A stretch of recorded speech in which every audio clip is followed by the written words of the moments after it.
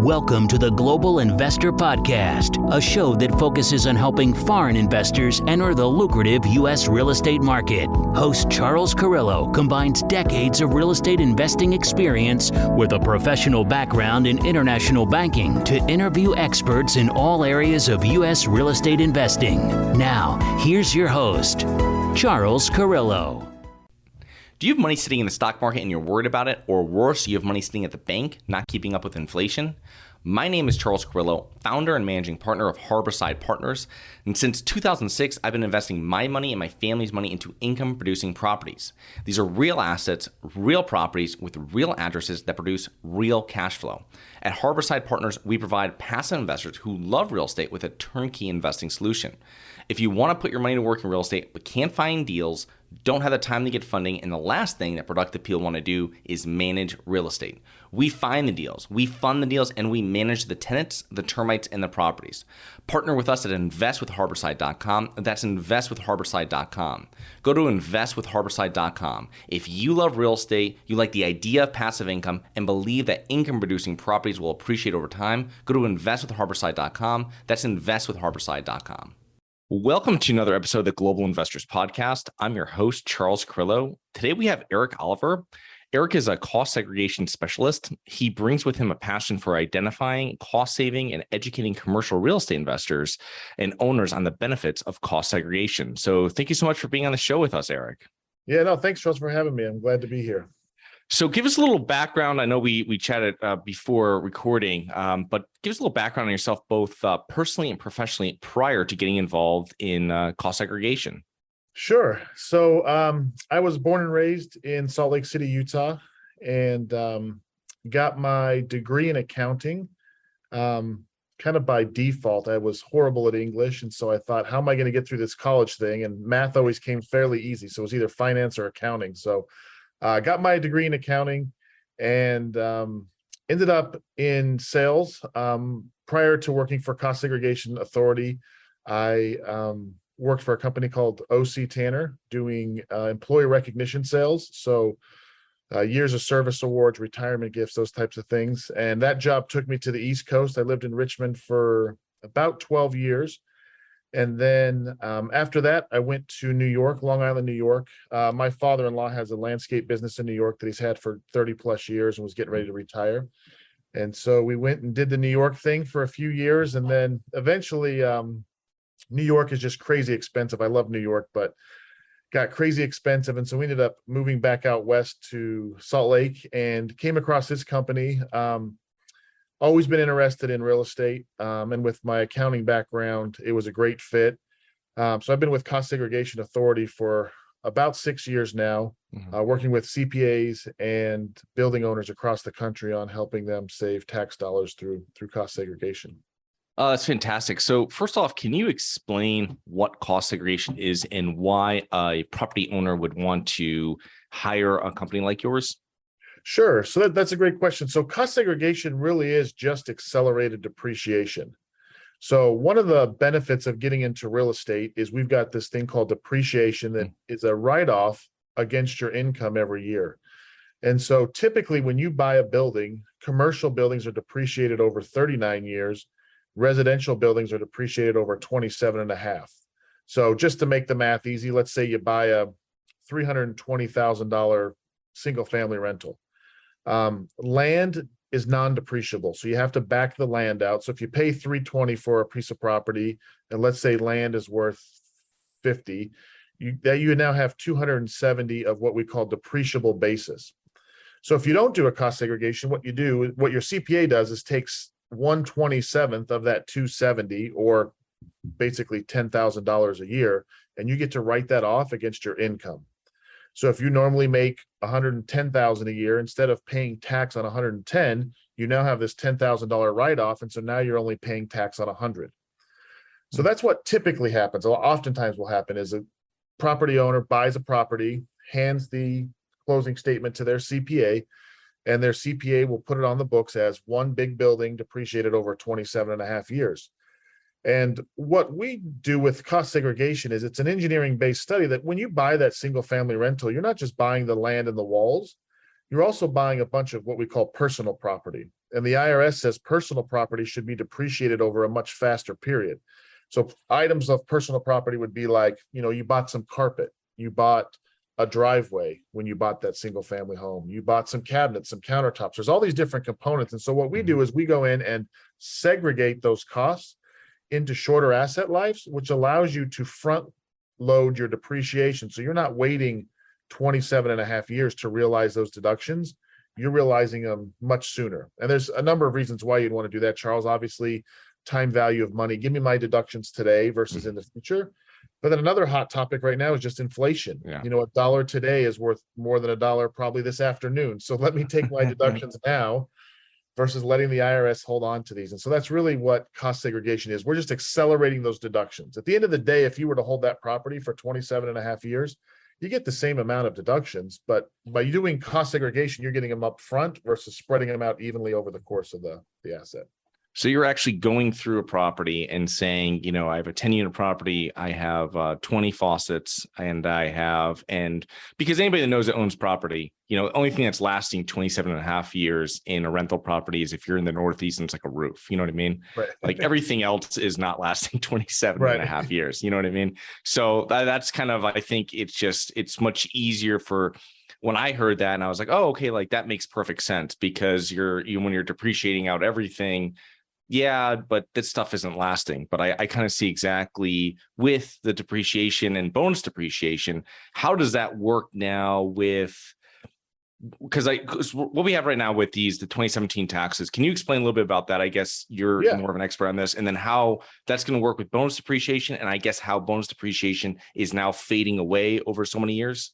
Yeah, so that's a great point, Charles. So bonus depreciation is kind of a term that gets thrown around a lot.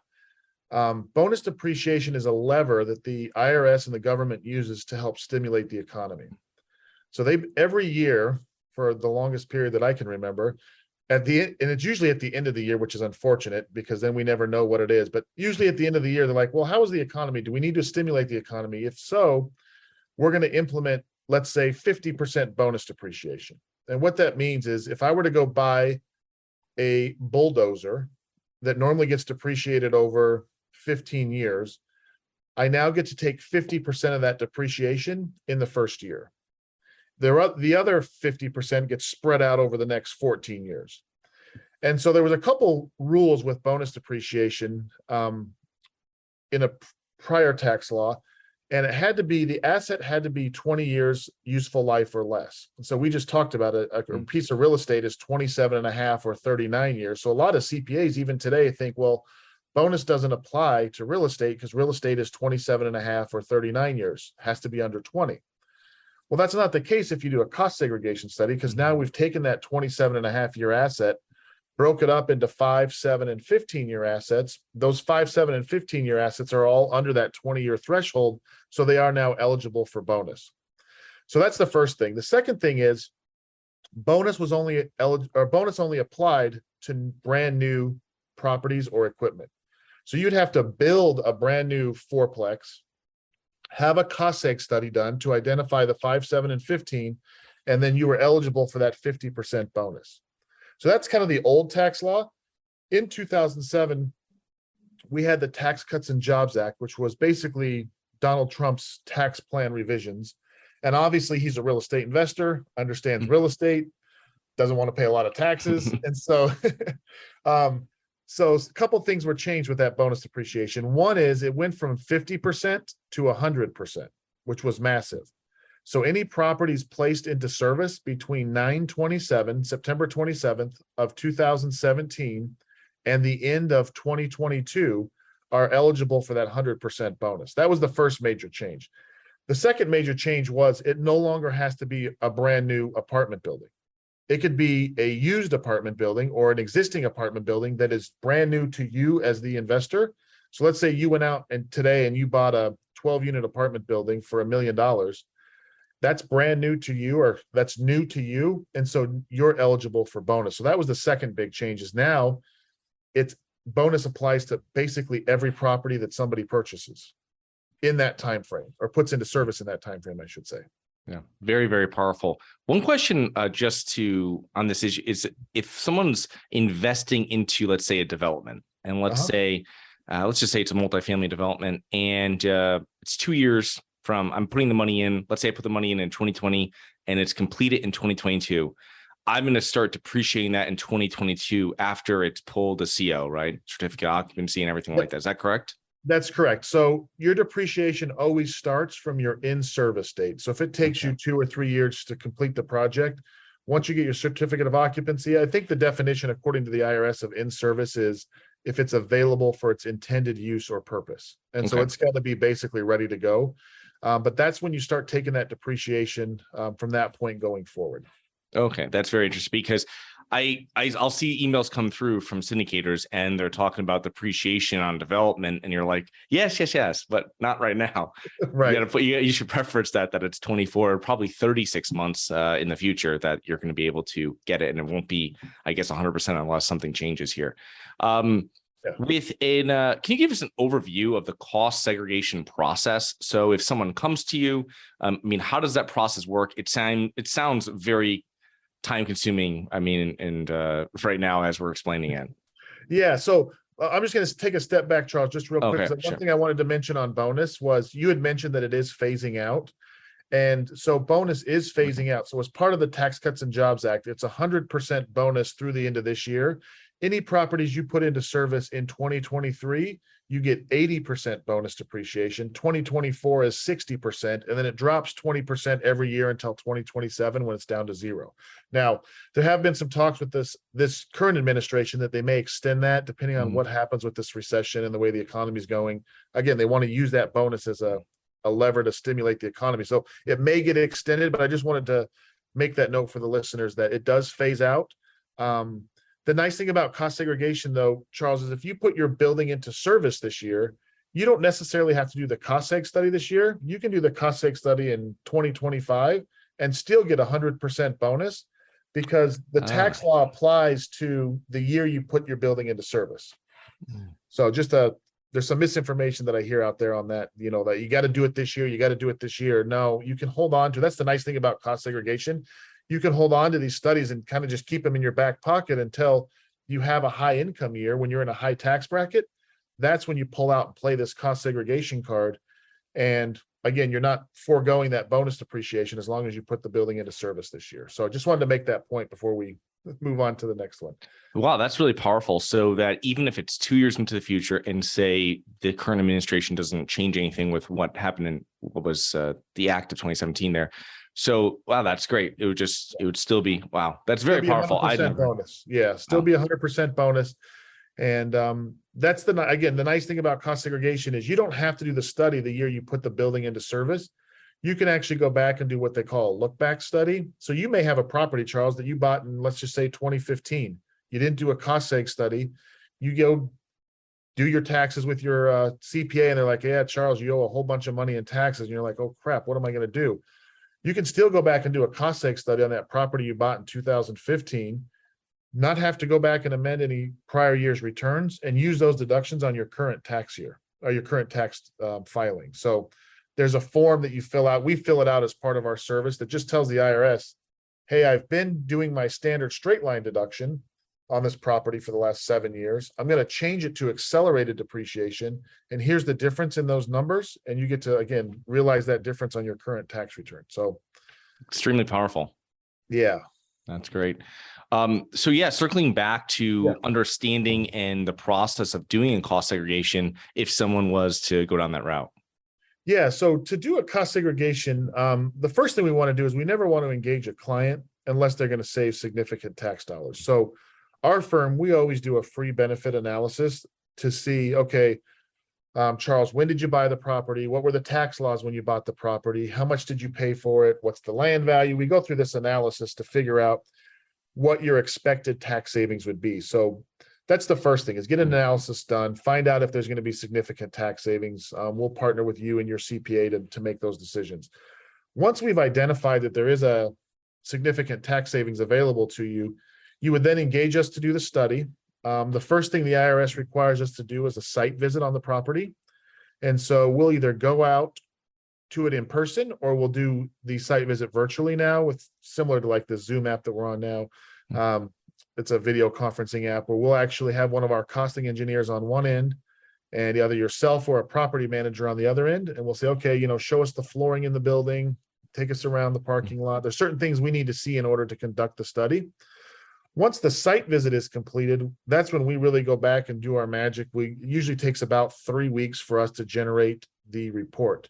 And what the report is that's our deliverable back to you and your CPA. It's about a 40 to 50 page report that takes that building and breaks out all the different building systems and the different building components. So instead of just on your depreciation schedule, instead of just having building $1 million, you're now going to have flooring 20,000, cabinets 30,000. You're going to have everything line itemed on that depreciation schedule now. And so that's our deliverable back to you, is that report. And there's a number of different methodologies on how we calculate those numbers. But I just want to state that because no two reports are the same. It's kind of like getting your tax return done. If you took your tax return to 5 different CPAs, you're going to owe 5 different amounts depending on their interpretation of the law and how aggressive or conservative or their understanding. So, but that's really the process. Get an analysis done.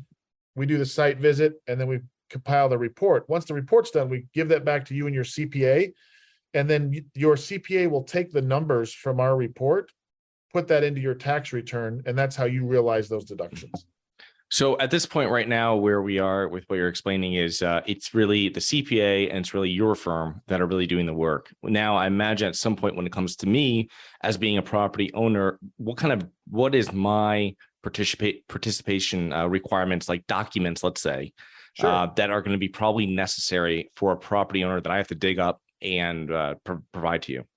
Yeah. So depending on the type of study. So if it's an existing building that you've already put into service, like that example where you've had a building since 2015, really what we need at that point is your current depreciation schedule, because that'll tell us how much depreciation you've taken, the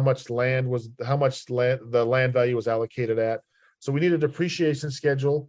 And then we would want any type of major improvements that you made. So if you did a major renovation and you have a contractor receipt that says these are all the things that I've done to my property, we would want those improvement costs. And then if you have prints, that's great. Sometimes on existing buildings, you don't always have prints. So that would be what we would need for an existing building. New construction is a little bit different. You obviously are probably going to have some type of prints on a new construction project. You're going to have a contractor's spreadsheet that has all the costs broken out. So we would need the breakout of the cost there, and then the closing statement as well. And so those are really the information. A lot of what we compile is done through that site visit. And so you yourself don't have to go in and measure how much carpet's in your building. That's what we're going to do throughout that site visit.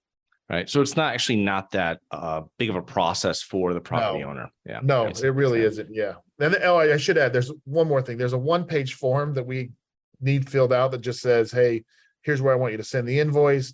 Here's who I want you to contact to schedule the site visits. We call it a client information sheet, but it's fairly painless for the building owner.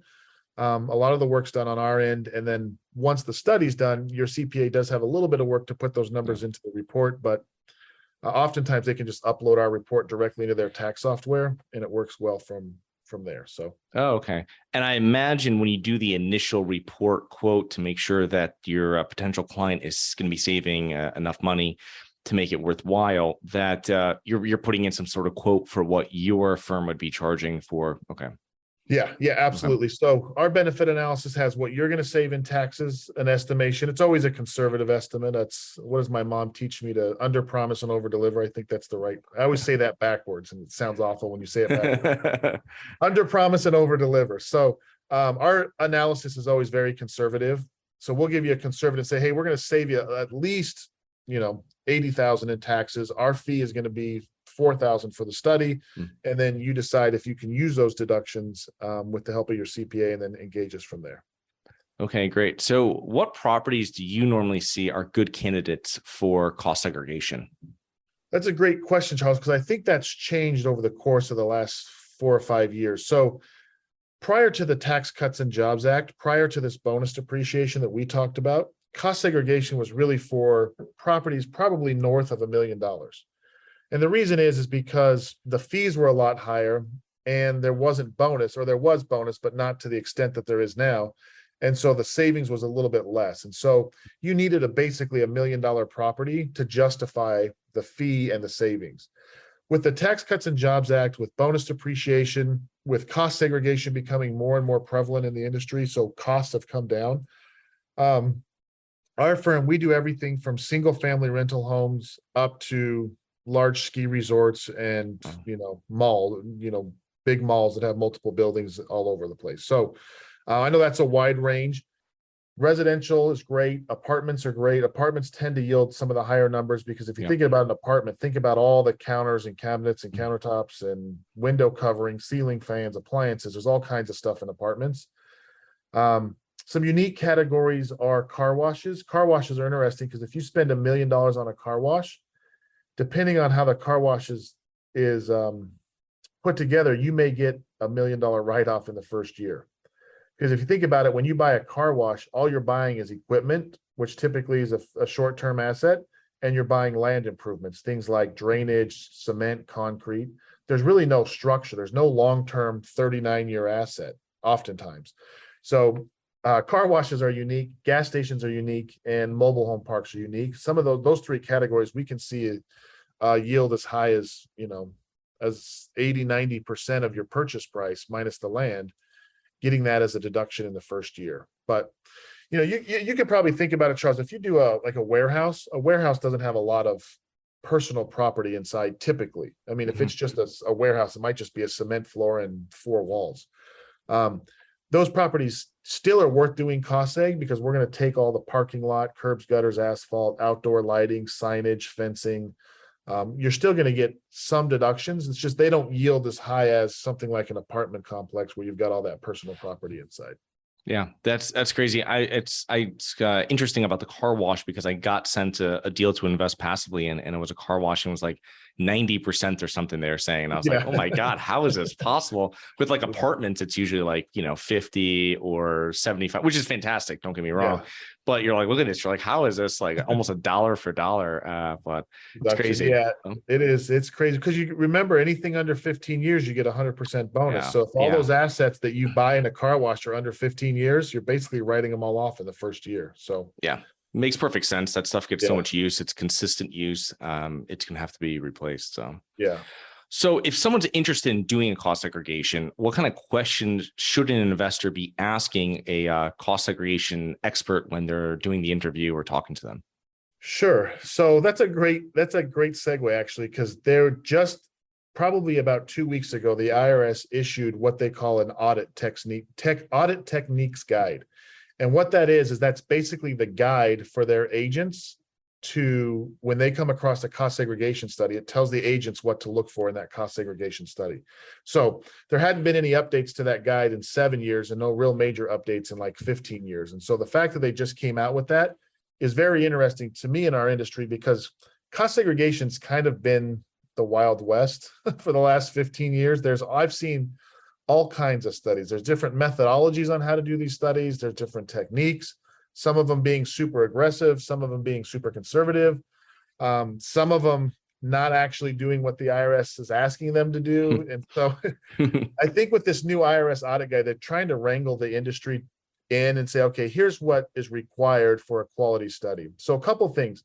One is they mentioned word for word in the audit guide that an engineering-based study is the best method. So that's what we do at our firm. There's a number of firms who do engineering studies, but what it is that you're basically going in and reverse engineering the building and having costing software or actual cost to be able to put values to those. Versus there's other companies or there's software out there that you can do this stuff on your own, kind of like the TurboTax in the tax world. There's kind of do-it-yourself cost seg software, but that software isn't actually going out and confirming that you actually have carpet in your building. What it is it's asking you to say, hey, is there carpet in your building? And you're checking a box saying yes. Do you have cabinets in your building? Yes. If you check those boxes, it has some algorithm that says, okay, on average, in a 30,000 square foot office building that has carpet, here's how much that carpet's worth. And versus somebody going in, actually measuring how much carpet is there and coming up with an actual estimate based off actual numbers. So that's the first thing. You always want to make sure you've done an engineering-based study, because those are the ones that will hold up best if you were to ever be audited. That's the first thing. You want to make sure that the firm has both CPAs and engineers on their staff. There's no real regulatory body that says you have to be certified in this type of, or have this type of credential to be a cost segregation expert. So, but it does say that you should have somebody with extensive knowledge in both tax and construction. And so that's why if you've got CPAs, you've got engineers. And I'm trying to think, that's really about, and then always get an analysis first. You want to make sure you have that analysis first. I've seen way too many times where somebody was sold, hey, you're going to save all this money. They get the analysis done, and for whatever reason, it doesn't yield that on the back end. And so get an analysis done, get your CPA involved. And then the last thing would be just the audit support. Not all firms out there offer audit support. So these cost segregation studies in and of themselves aren't going to trigger an audit. We've done over 12,000 studies, been involved in 8 audits, and never had to change any of the numbers in our report. Of the 8 audits we've been involved in, none of those were triggered by the cost seg study. They're triggered by something else. They see that you've done a cost seg study, and they say, okay, Charles, I see you've done a cost seg study. Show me your report. And you just want to make sure you have a quality report to show them. And if they have any questions in that report, you want to make sure you've worked with a company that will provide that support. So we'll come in and say, okay, yeah, what is your question? Oh, you have a question on how we calculated the land value? Perfect. Here's our work papers. Here's how we did it. And they usually leave you alone after that. So that's the other thing. Make sure you use a company that provides that audit support. Interesting. Okay, great information. So I read previously that the technology a cost segregation firm is using can actually have a huge impact on the cost. And there's something that real estate investors don't think of, how's your back end set up? But is that actually true? I mean, it is there. I've seen costs all over the board for these studies. So okay. I've been doing this 6 years, and I'll have clients come and say, hey, I got some analyses done by other firms, and I've seen from on the same building, a $4,000 fee and an $8,000 fee on the exact same building.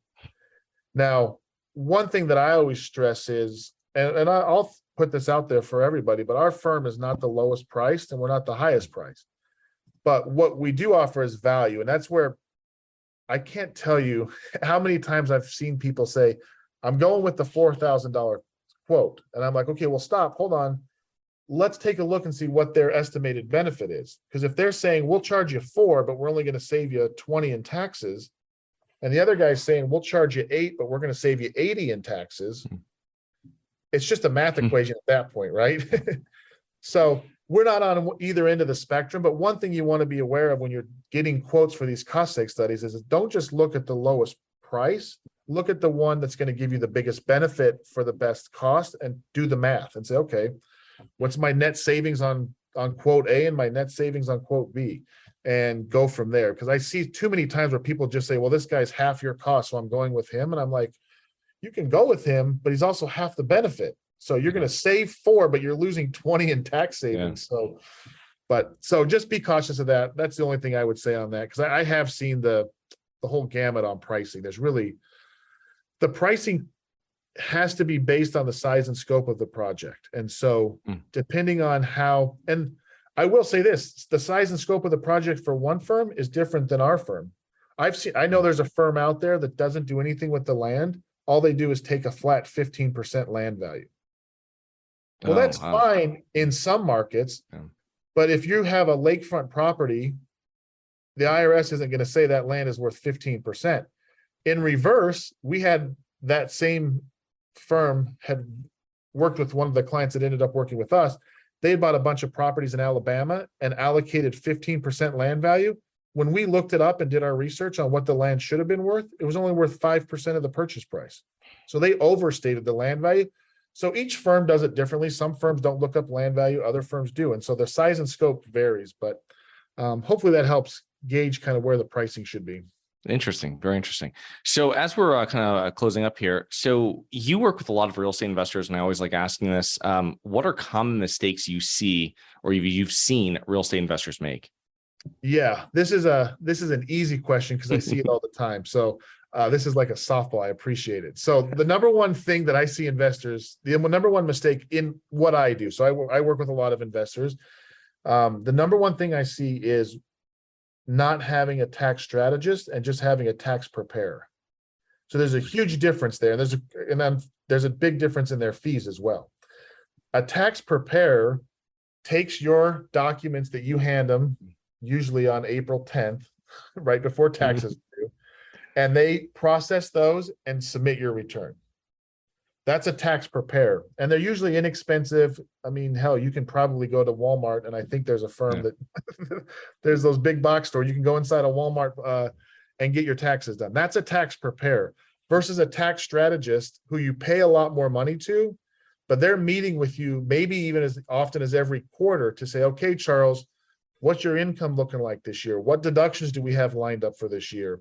What properties do you have? Are your entities set up correctly? Have you done cost segregation? Have you thought about 1031 exchanges or opportunity zones? That's a tax strategist. And so oftentimes people are like, well, my CPA, I got somebody who does my taxes. I'm like, well, do they do your taxes or do they strategize with you? And it's two different people. And so as real estate investors, as you start to get more and more into real estate, it's a quality CPA or tax strategist is worth every penny that they charge, because they're going to save you tenfold on the back end by setting up your entities correctly, keeping track of your deductions and those type of things. So that would be my advice to any investors out there, is make sure that you've partnered with not only a CPA who processes your tax return, but a CPA who understands real estate and understands what it is you're trying to accomplish to reduce those taxes. Yeah, and just one thing to add on there, which is probably just goes said with what you're saying, but is that you're talking to you multiple times a year. Not that you're talking to you once you submitted stuff, like Right. someone that's like talking to you mid-year. And I just met with my CPA, came down from New York, and it was just one of the things that you're just like going through stuff and seeing how things are going for the year and what's happening. And that's super important. And especially when you start getting more into real estate, like you said, more complicated business with all the depreciation, everything goes with it. You need to have that. So I totally agree with that. Yeah. Yep. They're worth every dollar they charge. So don't be afraid to pay for a good quality CPA. What are the main factors that have contributed to your success, Erik, over the years? You know, it's funny because it actually ties into that last question you asked, because one of the main factors that I had to learn the hard way, unfortunately, was that I can't be an expert in everything. And so I have had to surround myself with experts in their different fields. And then I've had to pick and say, okay, Erik, what is it that you're good at? And you be really good at that. And then surround yourself with, I'm not a great marketing person. My creative side is not great. I'm great at numbers, but not creativity. So get a good marketing person. Don't try and I've tried when I first started to do my own marketing, and my marketing material looked awful. I mean, it looked like something my 14-year-old son had done. So that's the biggest thing that I've learned is you can't be an expert at anything. Put a good team around you and be able and comfortable enough to be able to delegate and say, you know what, Susie is my marketing person, and damn it, Susie's the best marketing person out there. And I'm going to let Susie do what she does best and not try and micromanage that or try to do it yourself. So you just have to find what it is that you're good at and then surround yourself with people who complement your skill set. Oh, another great insight. And as we're finishing up here, how can our listeners learn more about you and your business, Erik? Yeah, so the best way is I'm definitely on LinkedIn. It's Erik with a K, E-R-I-K, last name's Oliver, O-L-I-V-E-R. LinkedIn is a great way to get a hold of me. Also, our website, which is just www.segauthority.com. So all my contact information is out there. Please use this as a resource, you guys. We don't bill by the hour. I mean, you can call me. My cell phone number's out there. I try to answer that as much as I can.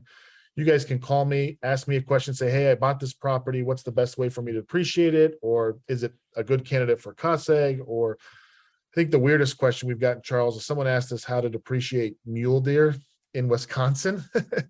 I didn't have the answer to that, but I was able to look it up and get them the answer. So they had like a hunting, I don't know what it's not a farm. I'm not a hunter, obviously. Like not a hunting farm, a hunting range, I guess you would call it, where they breed these deer with massive antlers and then charge people ridiculous money to go shoot them and hang them on their wall, I guess. But so anyways, they called us and they asked us, hey, how do I depreciate these deer? They should be some type of inventory or livestock or something, right? And so we were able to get them the answer. But again, for your listeners, anybody out there, please use this as a resource. You can find my information on that website, www.costsegaauthority.com.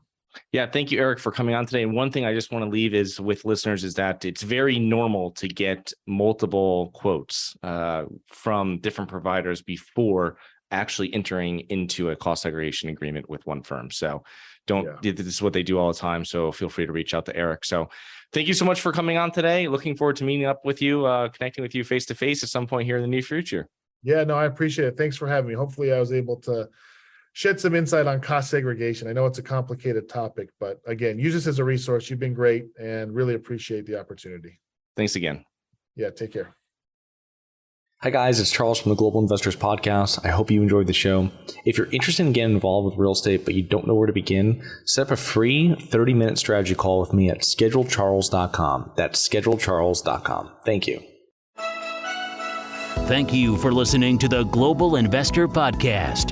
If you like the show, be sure to subscribe on iTunes or Google Play to get new weekly episodes. For more resources and to receive our newsletter, please visit globalinvestorpodcast.com. And don't forget to join us next week for another episode.